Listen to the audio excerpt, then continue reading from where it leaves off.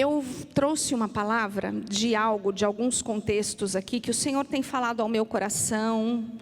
Acho que no último mês eu tenho meditado bastante sobre esse contexto.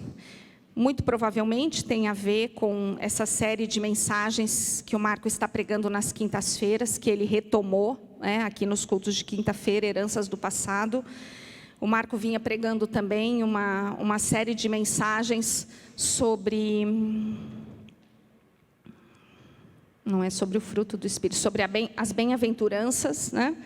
E para a gente poder viver as bem-aventuranças e poder ser e viver um tempo de total restauração como família, nós precisamos fazer concertos. E é sobre isso que eu vou falar hoje, sobre fazer concertos.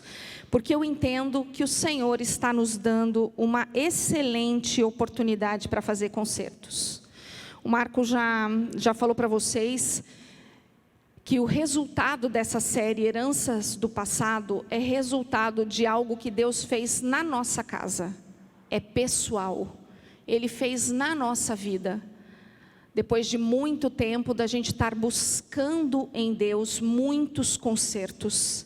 E para fazer concertos eu tenho que olhar para a minha história. Eu tenho que revisitar o meu passado. Como psicóloga, quando eu recebo um paciente novo lá no consultório, né? Alguns até já chegam dizendo, você vai me perguntar sobre meu pai, sobre a minha mãe. Eu falei, eu vou. Uma das primeiras tarefinhas do contexto terapêutico é a gente fazer uma linha do tempo. Não vai ter jeito, vai ter que contar a história, né? Então, aí, como é que a gente começa contando a história? Eu, por exemplo, assiduamente, eu fiz 7 anos de terapia. Hoje eu faço manutenção. Então, estou ainda em processo terapêutico, não acaba, né? Estou em todos os processos, né? No terapêutico, emocionalmente, espiritualmente. Às vezes o vaso é quebrado para poder ser refeito. Isso não acaba nunca. Ou melhor, acaba. Quando é que a gente vai parar de fazer concertos? Em que momento a gente para de fazer concertos? Na eternidade. Quando estivermos diante de Jesus na eternidade, o concerto acabou. Então, se a gente tiver tido a graça e diante da misericórdia de Deus, tiver percorrido esse caminho de fazer todos os concertos, estaremos diante da eternidade e o que nos aguarda na eternidade, há uma promessa para a eternidade, que é viver com Cristo Jesus, com Deus, na presença do Pai, constantemente, na presença do Espírito Santo, e há uma promessa de galardão. E eu penso que galardão tem a ver com cumprir propósitos aqui, nesta terra. Mas tem que fazer concertos, até que Jesus venha, ou até que o meu tempo aqui termine.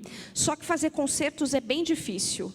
E aí lá no contexto terapêutico é muito interessante, porque a gente começa falando mal do pai e da mãe, né? Eu sempre falo para o Pedro e para a Cauana, os dois também já foram para a terapia.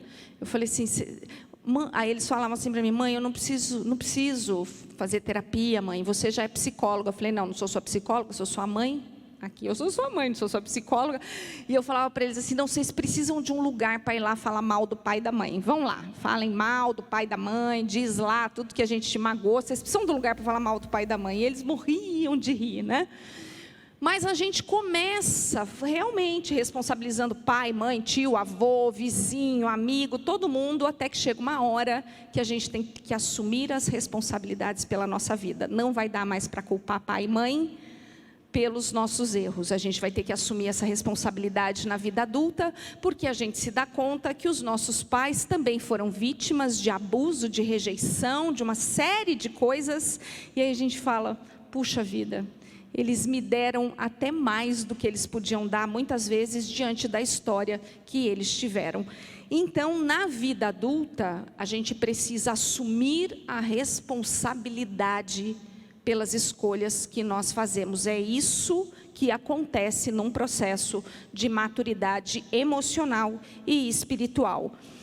Tem vários ditados sobre passado, né? Tem um ditado que diz que o tempo é o melhor remédio né? O tempo é o melhor remédio, então deixa que o tempo resolve todas as coisas.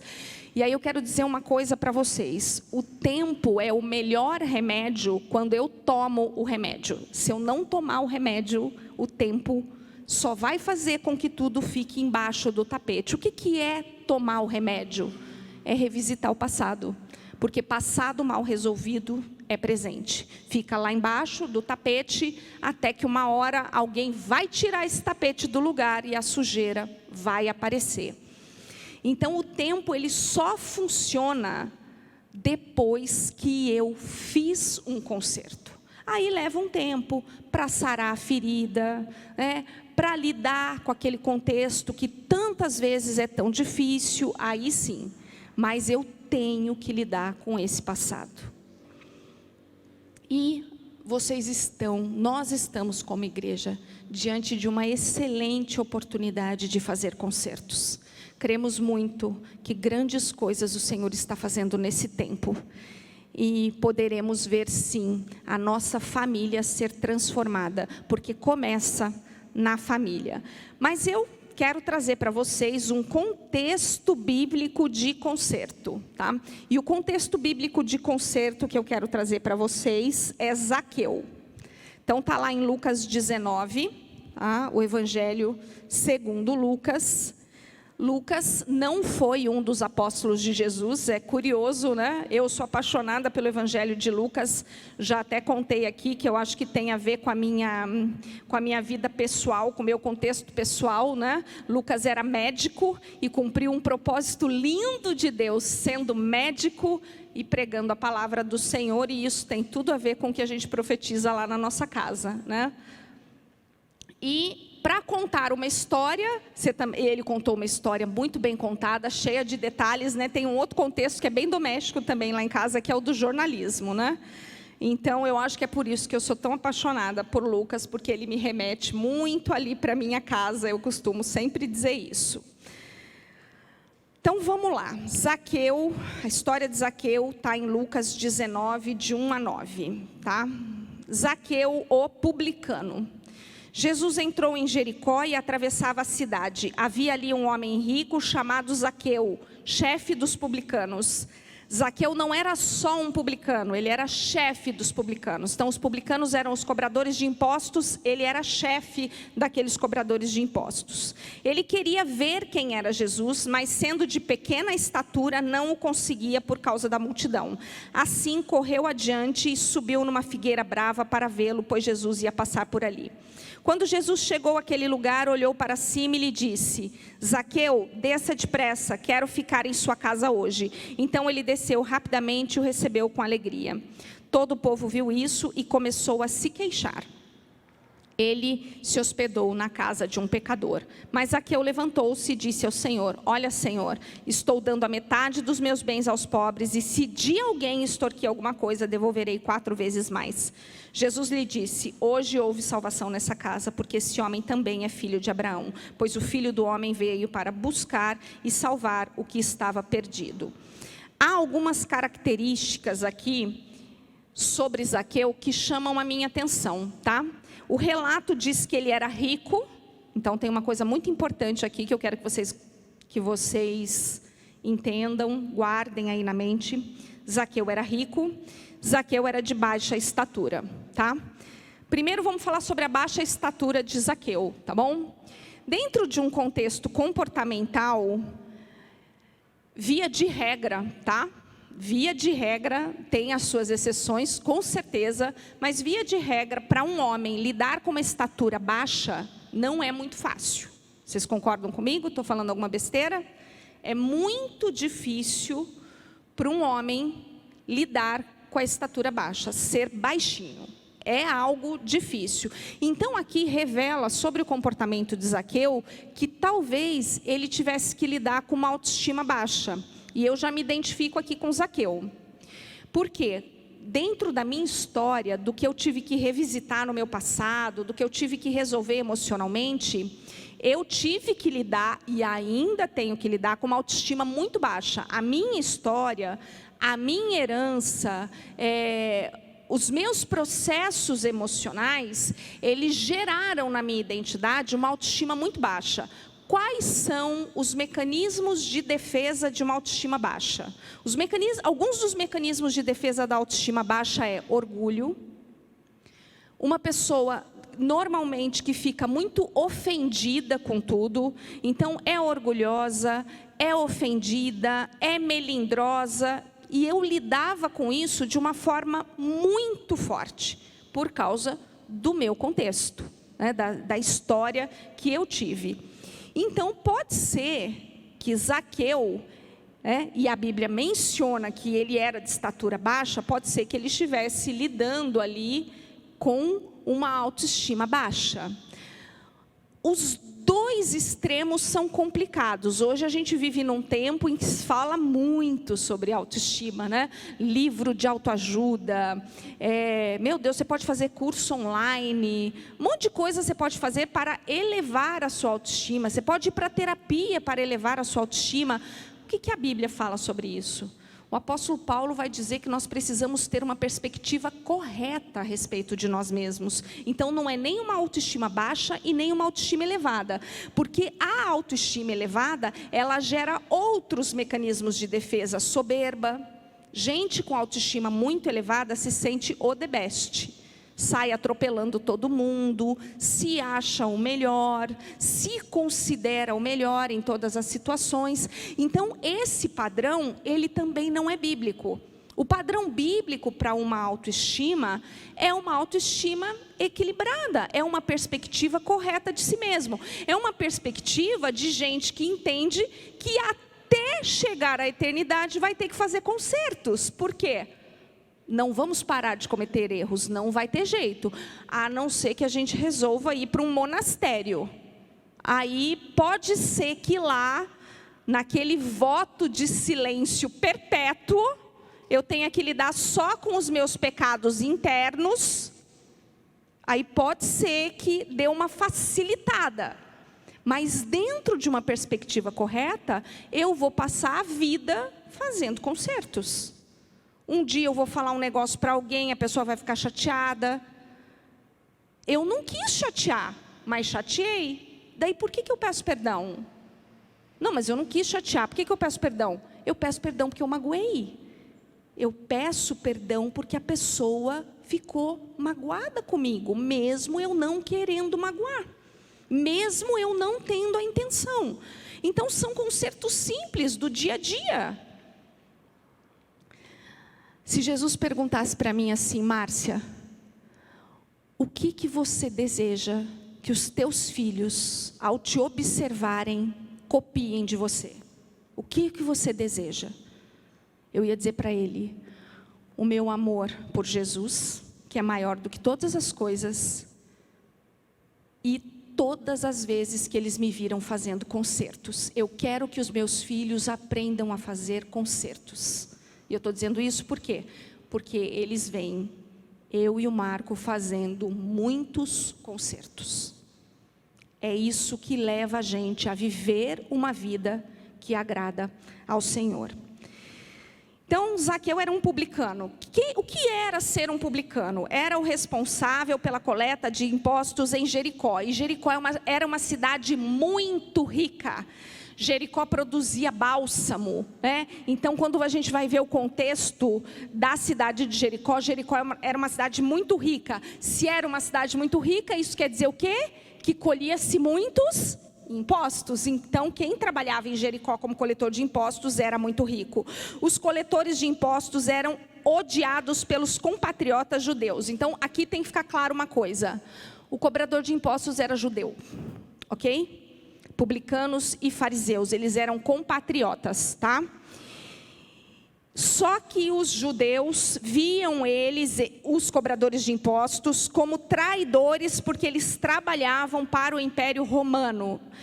Então havia uma divisão dentro do próprio judaísmo, né? É como aqui na Igreja Batista, né? Então tem o batista tradicional e tem o batista avivado. E aí o batista tradicional olha para o avivado e diz, ai meu Deus, esse esse negócio batista aí está meio esquisito. E o avivado olha para o tradicional, meu Deus, ele não sabe nada sobre o que é ter uma vida de adoração.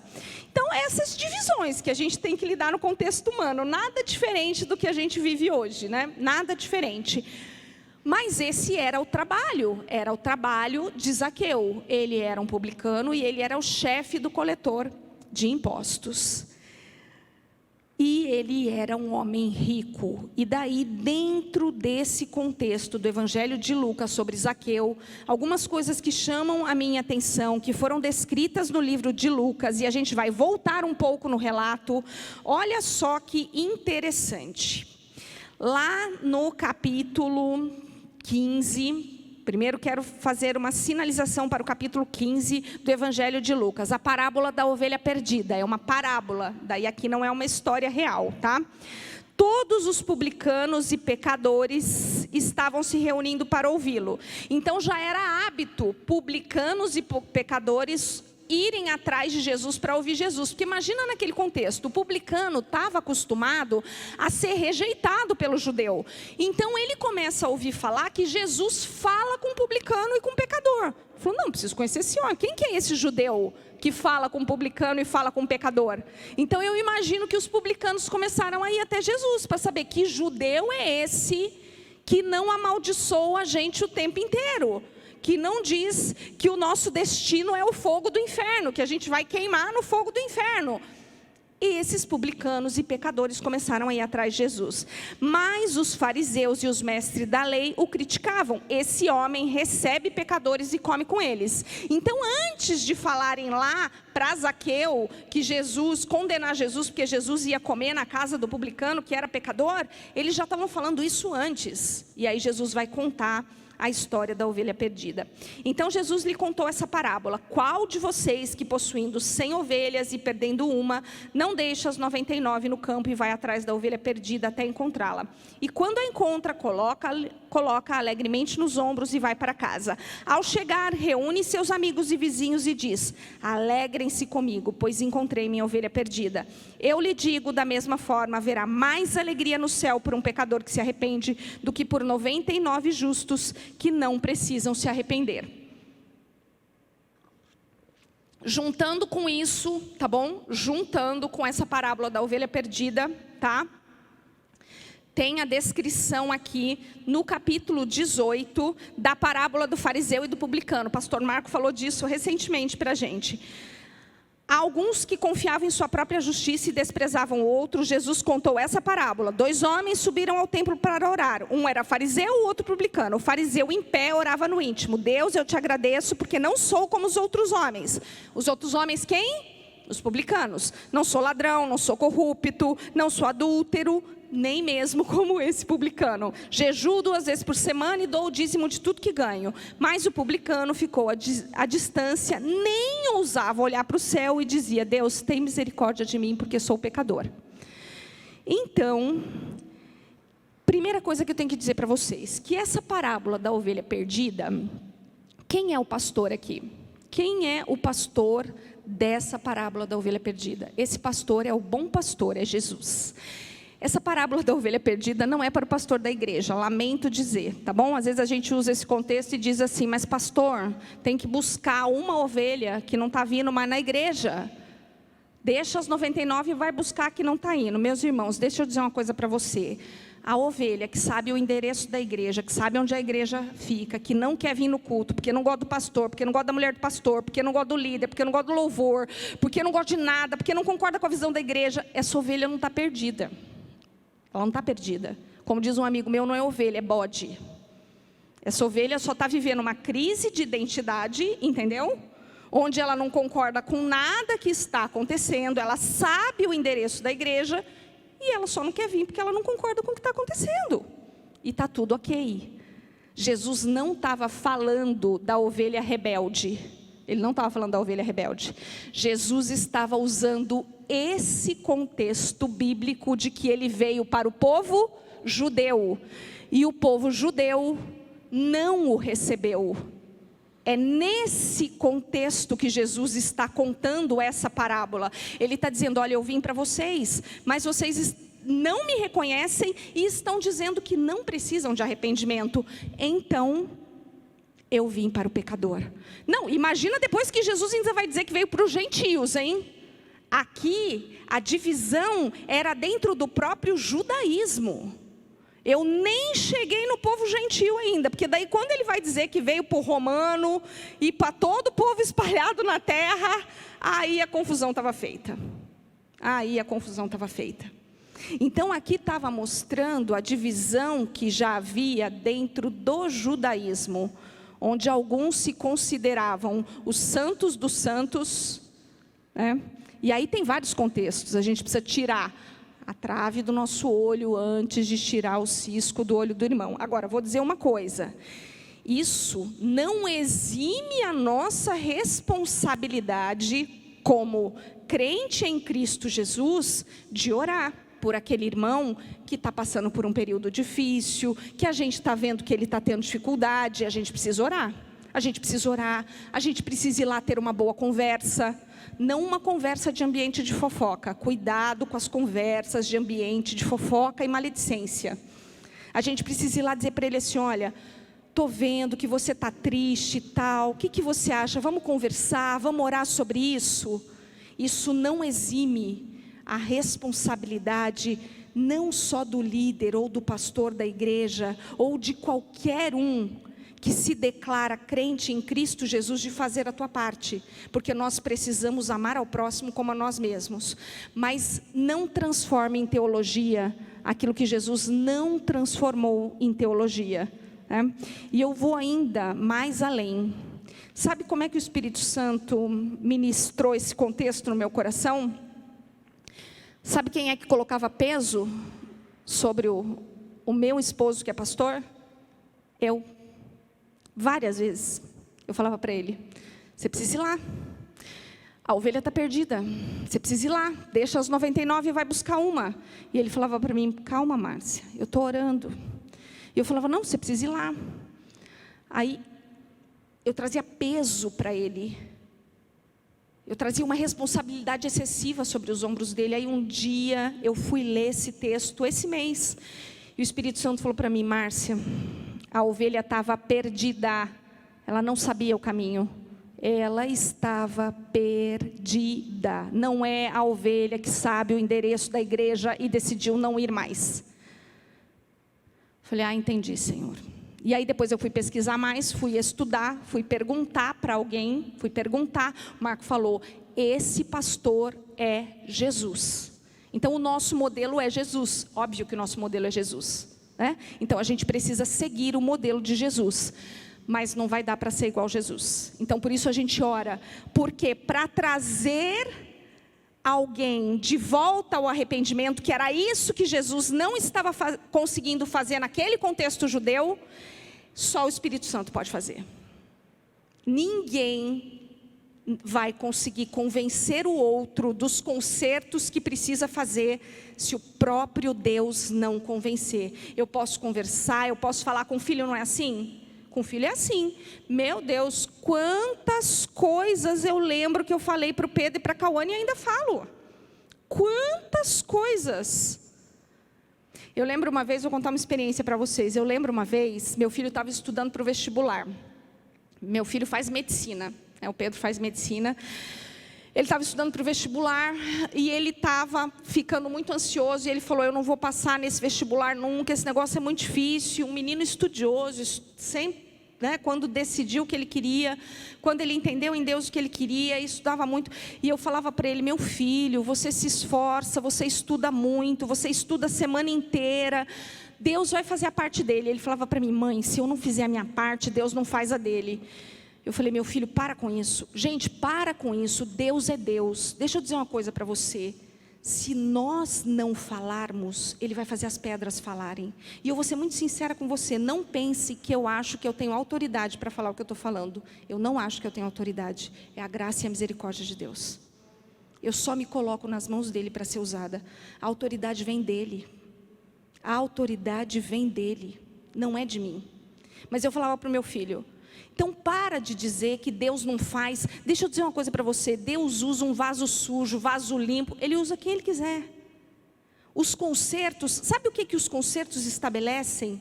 Os concertos estabelecem um processo de intimidade entre eu e o meu Deus. É isso. Os concertos tiram do diabo as armadilhas que ele tem para me culpar, para me acusar. É isso. Mas Deus me usa do jeito que Ele quiser. Gente, Deus usou Saul naquele contexto. Lembra? Saul era rei. Saul era rei. E Deus usou ele para ganhar um monte de guerra. Só que tem um detalhe. Saul não era um homem segundo o coração de Deus. Davi era. E doido, né? Davi cometeu adultério e assassinato. Bem, se Davi fizesse parte, nem vou falar aqui da PIB, porque aqui a gente é bem santo. Só que não, né? Vamos falar da PIB, a gente tem que falar do nosso contexto. Se Davi tivesse aqui no nosso contexto, alguma chance dele ser pastor aqui na PIB de Montenegro? Tendo cometido um assassinato e um adultério? Alguma chance? Nem aqui, nem em lugar nenhum. E Saul era o bom moço, só que Davi tinha que tocar a harpa. Lembra? Tinha que tocar a harpa para Saul, porque Deus habita em meus louvores. Enquanto Davi tocava a harpa, os demônios saíam de Saul. Então cuidado, eu vou dizer uma outra coisa também, cuidado gente. Não é porque toca louvor o dia inteiro na nossa casa, que nós estamos vivendo uma vida de santidade. Às vezes tem que tocar louvor o dia inteiro na nossa casa, para a gente não sair xingando os outros. Porque se o louvor acabar, eu falo palavrão, eu xingo o outro. Então eu preciso colocar um louvorzinho o dia inteiro, para aquele louvor controlar o meu temperamento. Porque era isso que acontecia ali com Saul. Então tem que fazer concertos. Saul não fez concertos, ele justificou todos os erros dele. Essa era a diferença entre Saul e Davi.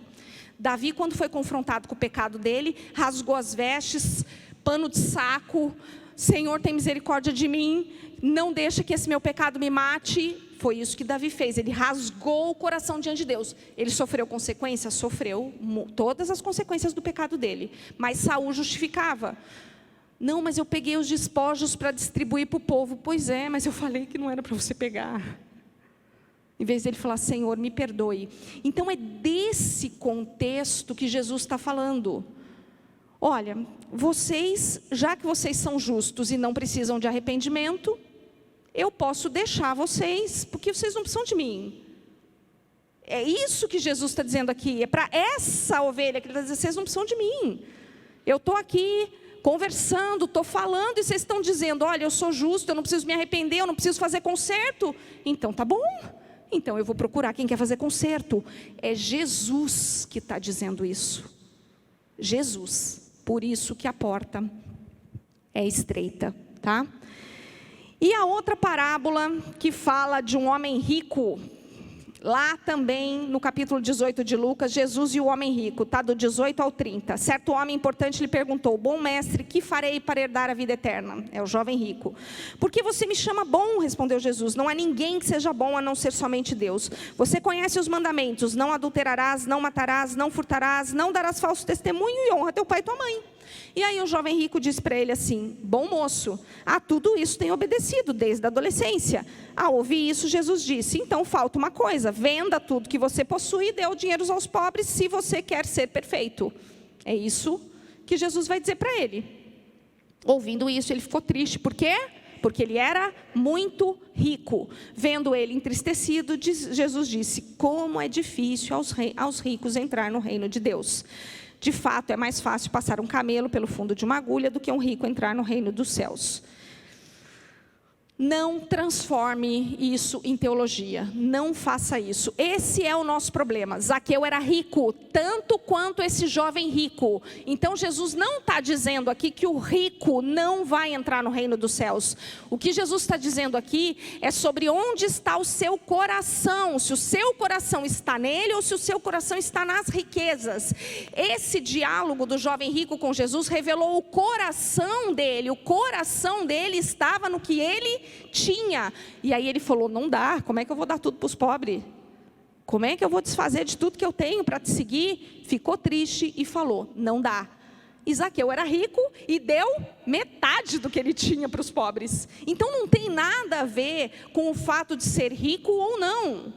Tem a ver com o fato de onde está o meu coração. E outra coisa que esse jovem rico não percebeu, porque o coração dele estava nas riquezas, é que Jesus falou para ele: eu vou te dar um tesouro maior do que esse que você tem. O coração dele estava tão fechado para aquela situação que ele não prestou atenção, que Jesus não queria tirar nada dele, Jesus queria dar. Essa parábola do jovem rico não é sobre dar o dinheiro para os pobres, é sobre dar algo para o jovem rico. Então não faça teologia com aquilo que Deus não fez teologia. Não existe nem teologia da pobreza, nem teologia da prosperidade. O que existe é uma vida com Deus, que pode ser próspera emocionalmente, espiritualmente, socialmente, desde que o dinheiro cumpra um propósito na tua vida. Eu costumo dizer, né, eu lembro uma vez que a gente conseguiu ter a nossa primeira reserva. A gente não conseguia guardar nada. E não porque a gente era desorganizado, é porque não dava mesmo, né? Às vezes as pessoas pensam assim, porque você é desorganizada. Não, gente, às vezes não dá mesmo. Às vezes o que você vê no final do mês é que Deus fez um milagre tão grande, e Ele realmente, você entregou os 10% e Ele abençoou os 90% de tal forma que ainda sobrou, né? Então não tem a ver com desorganização. Tem a ver com o milagre do Senhor naquilo que Ele realiza através de uma vida entregue para Ele. Mas eu lembro a primeira vez que a gente teve a nossa primeira reserva, né? E aí chegou o momento de usar a reserva. Aí eu falei, tá, mas como assim? Ele falou, para que a gente tem reserva? É para usar. Então, reserva que não é para usar, eu não sei para que a gente tem reserva. Lembra lá do Egito, José no Egito, o que ele fez? Né, com a sabedoria que Deus deu para ele, vamos juntar durante 7 anos, porque vai vir um período de fome. Reservou para quê? Para usar a reserva. Aí tem o outro, tem o homem lá do celeiro, né? Senhor, agora eu vou construir 2 celeiros, já juntei um monte de dinheiro, não vou trabalhar mais, folgar minha alma. O que aconteceu? Come? No outro dia morreu, ficou para os filhos, ficou para outras pessoas usarem. Então, a questão é que o dinheiro e tudo que envolve a nossa vida precisa ocupar o lugar certo na nossa vida. Essa é a questão. É onde está o nosso coração. Então aí a gente chega em Zaqueu, que era um homem que junta essas características. Estava perdido, era publicano e rico. Que concertos Zaqueu fez? Então vamos lá. Que concertos Zaqueu fez? O primeiro concerto que Zaqueu fez foi sair do lugar onde ele estava. Então, se ele lidava com uma autoestima baixa, com orgulho, seja lá com o que for que ele lidava, ele era desprezado por aquele contexto judaico. Ele ouviu falar de Jesus, ele falou, meu Deus, Jesus fala com um publicano, eu preciso encontrar com ele, mas como é que eu vou fazer para ver ele se eu sou muito pequeno diante da multidão? Então ele se adiantou, foi correndo, sabendo por onde Jesus ia passar, subiu na figueira. E o que aconteceu? Jesus viu ele. Mas a primeira coisa que Zaqueu fez foi um movimento para encontrar Jesus. E aí ele é surpreendido, né? Ele não precisava nem ter subido na figueira. Imagina os outros judeus dizendo, meu Deus, o que aconteceu com Zaqueu? Ficou louco? Agora, além de publicano, ficou louco. Subindo na árvore, o que está acontecendo com esse homem? E aí Jesus ainda olha para ele, Zaqueu, desce daí, que hoje eu vou comer com você na tua casa.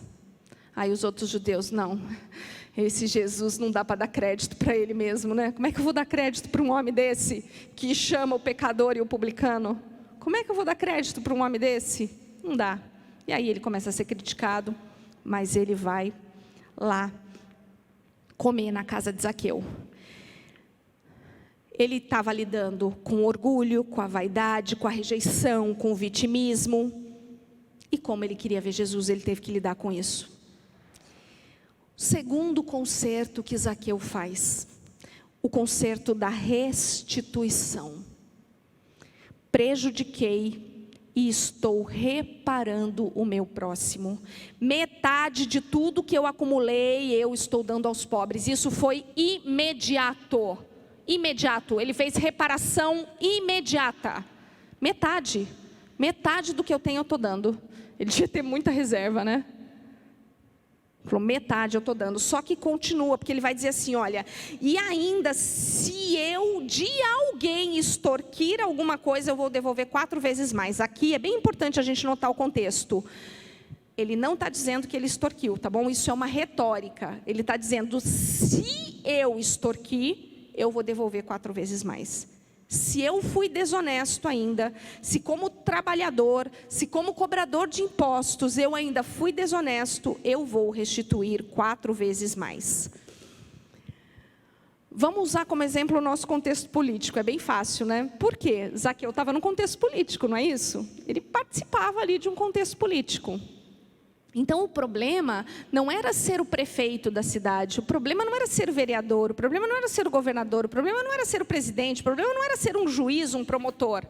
O problema era se utilizar desse cargo para onerar o outro, né?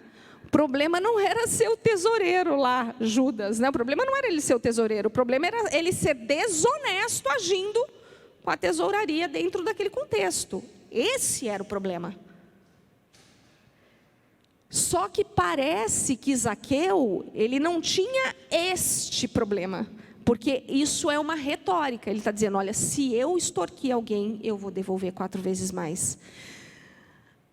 O conserto de Zaqueu aqui é muito sinalizado com relação ao financeiro, mas ele deve ter tido que fazer muitos consertos depois disso. Muitos consertos. Consertos com a família dele, conserto com o próprio povo judeu, liberar perdão, perdoar. Mas o primeiro conserto que ele fez, foi esse. E o terceiro conserto que ele fez, ele aceitou a sua condição de filho. Ele teve a identidade restaurada através de um encontro com Jesus. Salvação entrou na sua casa. É isso que Jesus diz. Você é filho de Abraão. A identidade de Zaqueu é restaurada naquele momento. Jesus diz para ele, você é meu filho, você é filho de Abraão, você é filho de Deus. Então aquele que tinha sido renegado, aquele que tinha sido deixado de lado, ele deve ter tido um contexto realmente muito doído, porque o discernimento de Jesus foi certeiro, como sempre é. Ele restaurou a identidade de filho. O que eu quero dizer para vocês nesse momento é que nós estamos numa excelente oportunidade de fazer concertos. Quando o Marco pregou essa série de mensagens lá na Alameda pela primeira vez, eu lembro que eu estava num culto ouvindo ele pregar, e eu já vinha lembrando de uma situação que tinha acontecido na minha adolescência. Eu não nasci numa família evangélica protestante, tá bom? Então, esse não era o meu contexto de conversão, nada disso. Eu não me ocupava dessas questões espirituais. E aconteceu algo na minha adolescência, que depois que eu me converti, e eu fui passar por esse processo de revisitar o meu passado, fui para terapia, fui para aconselhamento espiritual, tudo que tinha na igreja eu ia, eu morava na igreja, errei também, porque exagerei, cometi vários erros nesse processo, mas Deus é bom. Mas teve um fato que aconteceu na minha adolescência, que eu resolvi lá no gabinete pastoral, com o meu pastor e do Marco. Né? Então, confessei ali o meu pecado e tudo, só que era uma coisa que me causava muita vergonha, que tinha acontecido na minha adolescência, muita vergonha. Eram 2 coisas que aconteceram na minha adolescência, que me causavam muita vergonha. E aí eu lembrei daquilo, quando o Marco estava pregando uma mensagem lá no culto de sexta-feira, e eu falei, tá, Senhor, eu já resolvi isso. Eu já confessei, eu falei para o pastor Sebastião no gabinete, ele orou por mim, eu entendo que está tudo certo. Só que o Espírito Santo falou para mim, eu quero que você conte para o seu marido. Eu falei, como assim? Não vou falar isso para ele. Por que eu vou falar isso para ele? O que ele vai pensar de mim? Aí o Espírito Santo ali, ministrando no meu coração, ele falou, conta para o seu marido. Por quê? Porque eu estava vivendo uma situação na faculdade que me remeteu a esse fato. E aí eu falei, tá bom. Aí tá, eu fiquei bem desconcertada aquele culto inteiro e tal. Quando eu cheguei em casa, o Marco falou, e aí, como é que foi o culto hoje? Eu falei, foi uma bênção. Aí ele falou, mas eu notei que você estava meio triste, parecia que você estava meio preocupada, aconteceu alguma coisa? Eu falei, aconteceu. E eu tenho que te falar uma coisa. Aí eu já comecei a chorar, né? Aí ele, mas por que você está chorando? Eu falei, não, é porque eu tenho que te falar uma coisa, mas eu tenho vergonha. Aí eu falei para ele, eu já resolvi isso no gabinete com o pastor Sebastião, mas hoje o Espírito Santo falou que era para eu te contar e eu estou morrendo de vergonha. É uma situação que aconteceu na minha adolescência e tal, e eu tenho vergonha, não sei o quê, não sei o quê. Aí ele pegou e eu falei assim, só que está acontecendo um negócio na faculdade que me remeteu a essa situação. Enfim, o Espírito Santo falou que eu tenho que contar para você. Aí contei para ele, aí ele ficou me olhando, me abraçou, ele, é isso? Ele estava com vergonha de me falar isso? Eu falei, estava com vergonha de te falar isso. Aí eu chorei um monte, eu sou chorona. Aí eu falei, então, aí ele falou, não, vem cá, né, orou, me abençoou. Ele falou assim, ele ainda falou para mim assim, você não existe. Ele falou, você realmente não existe, Márcia. Aí foi um momento lindo, só que o que o Espírito Santo estava restaurando na minha vida naquele momento? Porque isso aconteceu, acho que provavelmente, acho que uns 2 anos antes da gente vir para cá, foi quando ele pregou essa mensagem na Alameda, e o meu coração como ovelha era muito voltado para o meu pastor, o pastor Sebastião. E claro, eu sempre tive um respeito enorme pelo Marco, mas naquele momento, hoje eu entendo, o Espírito Santo estava me preparando para aceitar o pastoreio do meu esposo. Não que eu não aceitasse, não era isso, mas isso era diferente para mim. Ele era o meu marido e o meu pastor era o meu pastor. E ali o Espírito Santo falou assim, você precisa aprender a ser pastoreada agora pelo teu esposo. E foi isso que aconteceu naquele momento. Então não era sobre eu me expor, não era sobre tratar a vergonha, embora eu tive que lidar com tudo isso, mas tinha um propósito. E era sobre entender que eu ia iniciar um tempo em que a minha referência pastoral precisava ser o meu marido. Então assim, olha, eu me exponho, me torno vulnerável para contar um pouco dos meus processos. Mas o que eu gostaria que você entendesse com isso? Que você precisa fazer o mesmo. Eu revisitei a minha história, eu revisitei o meu passado. E eu perguntei para o Espírito Santo, o que eu preciso saber que eu não sei? Eu vou contar o meu testemunho aqui numa das quintas-feiras. De coisas que o Espírito Santo trouxe à luz que eu nem imaginava.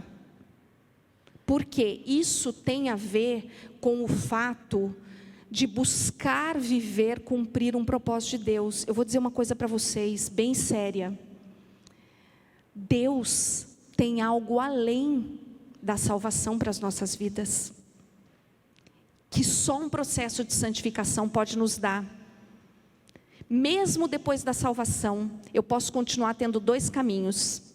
Viver uma vida salva, vou para o céu, estou salva, mas eu tenho a oportunidade de cumprir um propósito de Deus sobre a minha vida. E aí, para cumprir um propósito, eu vou ter que deixar Ele limpar esse vaso várias vezes. Várias vezes. Várias vezes. Várias vezes. É igual limpar a casa. Dá para ficar uma semana sem limpar? A nossa vida também não dá. O processo de limpeza não acaba. Ou melhor, ele acaba na eternidade. Então, fazer concertos tem a ver com aquilo que você deseja viver em Deus. E Ele me usa mesmo sujinha. A questão é que eu não quero. Eu não quero. Eu quero fazer concertos. Quero fazer concertos diários. E eu continuo orando, Senhor, durante essa série estou orando de novo. Tem alguma coisa? Tem alguma coisa que o Senhor quer trazer? Porque é no processo de maturidade que Ele vai trazendo. Tem coisas que se Ele trouxesse à minha memória quando eu me converti, eu não ia dar conta. Eu não tinha nem conhecimento bíblico, eu não tinha intimidade com Ele para lidar com aquilo. Agora, eu vou dizer uma coisa, gente. Sem estudar a palavra, sem interagir com a palavra também não tem jeito. Não vai ter jeito. Infelizmente não vai ter jeito. Se a gente se alimentar aqui só no domingo, com a palavra que vem do pastor, e a gente não interagir com ela, se a gente às vezes continuar usando a palavra só para tirar o cisco do olho do irmão, também não vai adiantar. Essa palavra precisa interagir com a gente. Ela precisa interagir com a gente. O dia que eu estava orando, eu fui pedir perdão para o Marco. Eu falei: Marco, me perdoe. Quantas vezes eu coloquei peso sobre você. E eu falei para você: larga tudo que você está fazendo e vai resolver isso. E eu falei: eu entendi. Você tem feito muito. Você gasta muito tempo orando por essa igreja, por essas. Ele sempre gastou muito tempo. Muito tempo. As guerras dele, ele vem ensinar oração. Márcia, eu não posso convencer. Quem convence é o Espírito Santo. Então nós precisamos interagir com essa palavra. Pessoalmente, o que o Senhor quer falar comigo, não é o que o Senhor quer falar com meu filho Pedro. Não é o que o Senhor quer falar com a Cauana. Não é o que o Senhor quer falar com o Marco. O que o Senhor quer falar comigo. Que tipo de conserto eu preciso fazer através dessa palavra? Que tipo de conserto? Mas sem conhecer a palavra, a gente vai continuar sendo muito raso no nosso relacionamento com Deus. Precisa conhecer, precisa estudar, precisa perguntar para o Espírito Santo. Não tem como. É igual aquele réus, não tem como, não tem como, não tem como, não tem como, não tem como. Então, se eu posso dar um conselho, aproveite esse período que o pastor Marco está trazendo, uma experiência tão importante, tão profunda, para que a gente possa aprender alguma coisa. Essa experiência de Zaqueu, juntando com a do jovem rico, não é sobre o que Deus quer que a gente entregue, é sobre aquilo que Ele quer nos dar. Mas vamos ter que entregar muitas coisas. Muitas coisas. E teve um dia que eu falei para ele: por que o Senhor me deu se era para eu entregar? Ele: por causa disso. Como é que você vai me entregar uma coisa que você não tem? Não é? Porque dói. Eu falo: por que o Senhor me deu se o Senhor está me pedindo para entregar? Por causa disso, minha filha. Porque não faria sentido. Então provavelmente outras entregas virão e serão doloridas, porque a alma grita. A alma grita. Mas é muito bom fazer entregas. O meu apelo para essa noite é que, se você deseja fazer uma oração simples, a oração é: Espírito Santo, eu quero te dar liberdade para que o Senhor me mostre que consertos eu preciso fazer. Essa é a oração. Se você quer dar liberdade ao Espírito Santo de Deus, para Ele mostrar para você os consertos que você precisa fazer, para que você possa viver uma vida abundante, eu quero que você fique em pé onde você está, porque é essa oração que nós vamos fazer, para que o Espírito Santo tenha liberdade de te ajudar a promover consertos. Sabe qual é a boa notícia? Tudo aquilo que Ele pede para a gente, Ele banca. Eu posso falar de um jeito errado, atravessado, posso ser dura demais às vezes. Ele não é. Ele é sempre amoroso, sempre. Ele não falha. Ele não falha.